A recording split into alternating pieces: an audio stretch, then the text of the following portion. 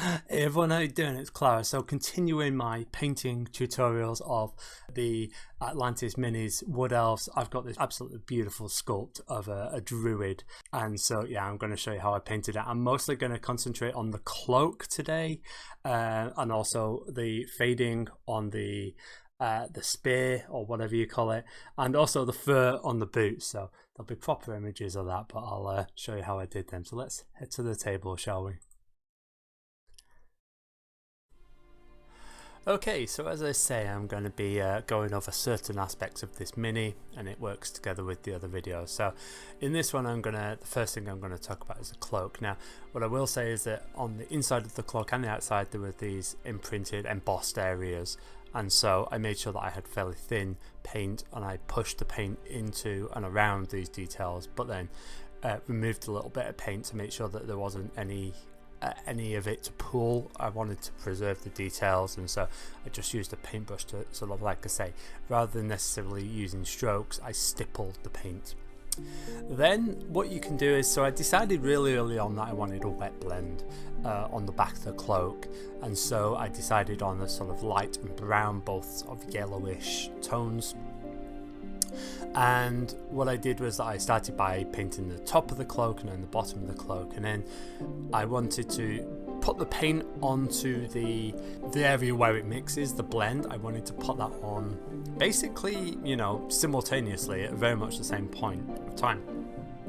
So I had two paintbrushes on the go, sometimes both in my hand at the same time, and I had my brown and my green on my wet palette. I kept them nice and moist, and I was able to then use a wet blend. So what you do is you put a layer of the brown on, a layer of the green on, and you start pulling up the green with a sort of fairly damp brush, and then start pulling down the brown with a fairly damp brush. And what happens is that you're pulling them over the top of each other, and you end up, they mix, and you get this really nice gradient. It's a wet blending technique. It's not too difficult once you get used to it. It might take a few goes. Now what you might need to do is you're keeping your paints fairly thin and watered down, so it might be that you need to build up a few different layers of the browns and the greens, but make sure that every time you add an extra layer, you're blending them at the same time, and this will build up the opacity. You don't want it too thin that you can still see your priming layer. So make sure that you're building up the opacity, but when you're doing that, make sure that you're building up both paints at the same time and maintaining that gradient. So then you can start, I'm starting to use the highlights and the lowlights. Remember that there's highlights on the inside of the cloak, and you can sort of highlight and lowlight this like you would any others. I'll concentrate more on talking about what I did on the back of the cloak. So I didn't use any washes on this, like with the last mini. For the main parts, I didn't use any washes. This was all about, I used darker colours, darker tones in the lowlights and lighter tones in the highlights. But remember that, so on the top, on the shoulders and stuff like that, it's easy. You're just using the various browns to build up those highlights and lowlights, not a problem. And it's the same on the bottom of the cloak with the greens, but where you've got the fade, obviously you've no longer got the brown or the green, you've got a mixture of the two. So what you really need to do is have again, sort of dual brush action going on with your browns and your greens, and make sure that when you're adding a green highlight, you're doing it fairly wet, and then add your brown highlight as well, and then blend them together in the same way that you did the base coat. And it's the same with your lowlights. So you're gradually building up these highlights and lowlights. Now with highlights, you're probably doing them thin anyway, so that's fine. You're not worried about building up the opacity. It's more about bringing out the highlights.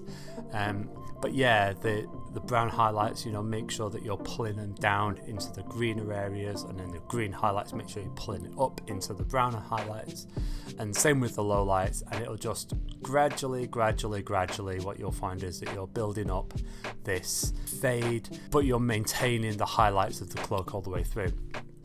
Then what I actually did was I actually pushed a slightly darker green into the recesses of this embossed area on the back and on the front, I should say, on the inside of the cloak. So I pushed the darker green into it, and then brought brought it back to sort of the inside of this embossed area so that it was the same as the outer side. And then I went over it with the highlighting colours. So what I decided to do was basically the colour that I used for the highlight on the cloak, that was the colour that I used as my base paint for the top of this embossed area. So the highlight of the cloak, that paint colour, that was what I painted the top of this embossed area. And then once you've done that, what you want to do is use lighter and lighter colours to bring out the highlights so that you're following the highlights of the cloak. So don't just paint it one flat colour, because all of a sudden you'll ruin what you've done with the highlighting on the cloak. So I wanted to make sure that I brought it out and continued the highlight. So if I had a highlight on the cloak, that also carried on over the embossed area. And it's the same on the inside of the cloak, although the inside was slightly less complex. I think it was slightly flatter.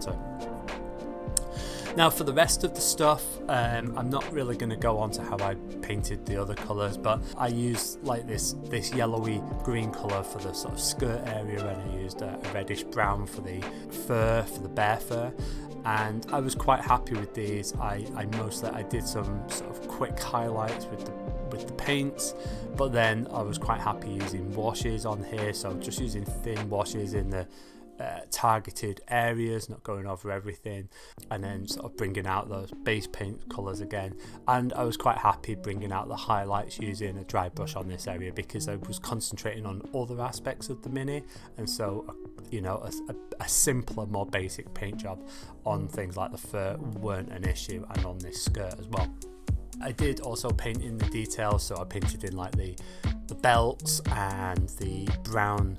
I decided to use a very reddish, orangish base paint for the leather armour, and then I highlighted it using standard highlighting, lighter colours, and same with things like the belt, little details around the chest, and I think there's like a chain and stuff like that, and the bones. So just standard painting on that using the base paints and then highlighting upwards. There were only small details, and like I say, I wasn't too worried about them. There were other areas and other aspects of this miniature that I wanted to really bring out. And so that's why I put my effort. And believe it or not, one of those areas was the boots. So it sounds really strange, but they were, well, A, they looked like super comfortable and awesome boots, and B, they looked really comfy and warm, but they had this glorious leather. There were these leather wrap details, and then also this fur on the top, and it was just a glorious sort of...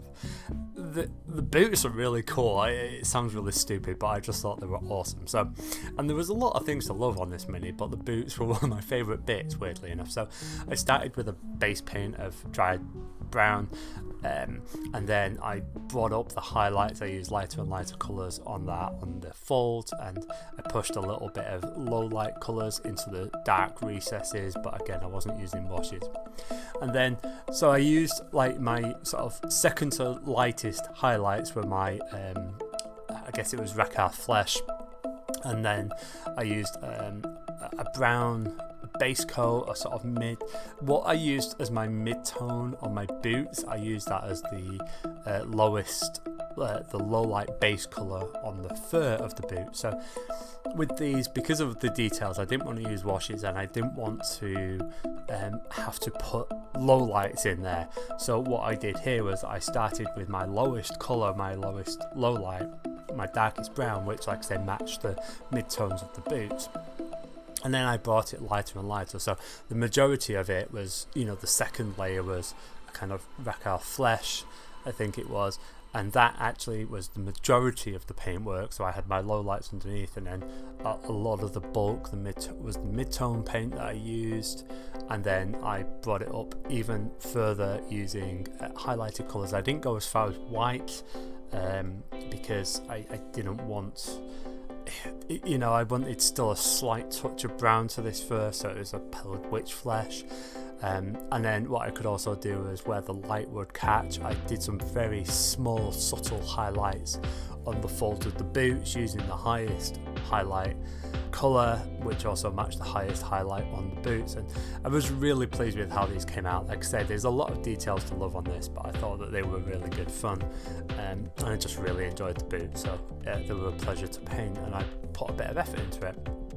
When it comes to the skin on this, I used the exact same method as I did in the last video. Again, I'll put the paints that I used up, but yeah, I painted the midtones and then I went in with a low light, and mostly I went lower. I did the low light, so I started with my midtone, then I went to a darker colour, then an even darker colour, using watered down paints and just building up the low lights, and then went the opposite way with the highlights, coming to lighter and lighter. And this model was absolutely glorious for painting these details. The area of the abs and around the chest, there's a lot of details on these minis, and so if you want good practice on skin tones and musculature, then I would definitely say that there's a bunch of these Atlantis minis wood elves which are perfect for sort of practicing and really getting your skin tone down. The casting is so good, it really helps you practice them. I also wanted to get like a dusty brown, dusty blonde hair, so I started with a sort of darkish brown colour. I actually went over it with a wash then to sort of bring out the low lights, and then I brought out the highlights higher and higher using sandy colours and also sort of off-white colours as well, and I thought that the hair looked really good. It was a nice little touch on this mini, and I thought it looked quite close to sort of the dusky blonde colour.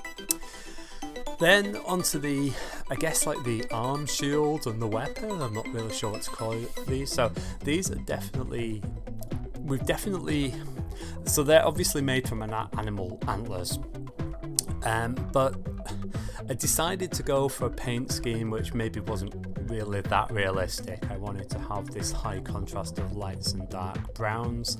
I just thought it'd look really cool and just add a little bit of extra detail. So what I did was that I painted the darkest colour first, and then I blocked out a big area of the lighter colour on the inside of this, and there was a little bit of blending where the two mix, but not too much. I wanted sort of a little bit of blending so that it looks like natural in that it's going from one colour to another, and that would never be a completely sharp transition in real life.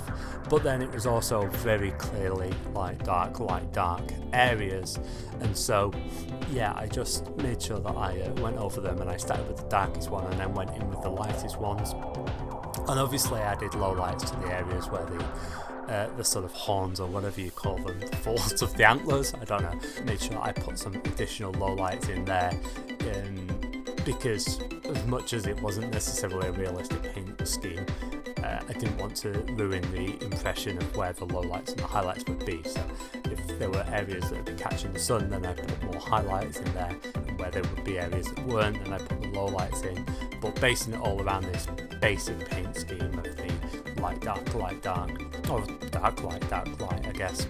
And then just to tie it all together at the end, I did a really thin glaze. I just used a brown.